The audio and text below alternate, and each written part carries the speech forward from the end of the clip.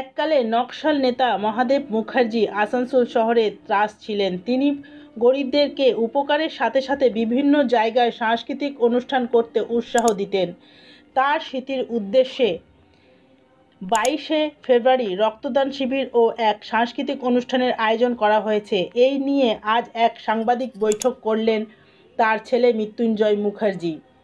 তিনি জানান, সকালে রক্তদান শিবির ও চক্ষু পরীক্ষা শিবির করা হবে এবং বিকেলে সঙ্গীত, নৃত্য ও অঙ্কন প্রতিযোগিতা করা হবে শ্রীপল্লীর শ্রীসঙ্গ ক্লাবের বিপরীতে মুখার্জি ভবনে।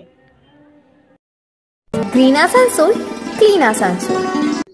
আমি সাংবাদিক বন্ধুদের আমার শ্রদ্ধা এবং ভালোবাসা এবং দীর্ঘায়ু কামনা করছি।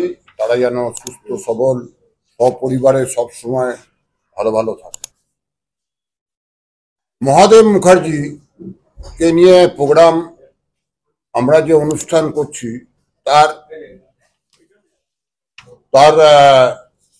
উদ্দেশ্য হচ্ছে মহাদেব মুখার্জি 1955 সালে মুজাফফর আহমেদ, যিনি কমিউনিস্ট পার্টির ফাউন্ডারের মধ্যে একজন, ওই মুজাফফর আহমেদ কাকাবাবু ওনাকে 1955 সালে এখানে পাঠিয়েছিলেন সংগঠন করার জন্য, কমিউনিস্ট আন্দোলন। তখন কিন্তু সিপিএম এর জন্ম হয়নি। তো তখন থেকে তিনি এসে একটা সোভিয়েত দেশের বইয়ের দোকান করেছিলেন বাজারে এবং তিনি কমিউনিস্ট পার্টির প্রচার করতেন। ঘোড়ার গাড়ি চেপে, তখন মাইকের এরকম ব্যবস্থা ছিল না, ওই চোঙা মাইক হাতে নিয়ে তিনি রাজনীতি করতেন। সে সময় কংগ্রেসের সুকুমার ব্যানার্জি ছিল, ভিগু মারওয়াড়ি ছিল। তখন কংগ্রেসের সঙ্গে একটুখানি মানে গন্ডগোল হতো বা ঝগড়াঝাটি হতো।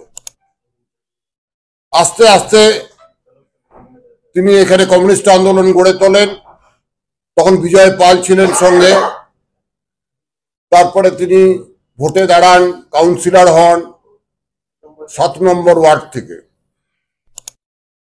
এই সময় ভারতবর্ষের বুকে অ্যাকচুয়ালি কমিউনিস্ট পার্টির ম্যানিফেস্টো ছিল সশস্ত্র আন্দোলনের মাধ্যমে ভারতবর্ষের মুক্তি আনতে হবে। একদিকে গান্ধীর অহিংস আন্দোলন,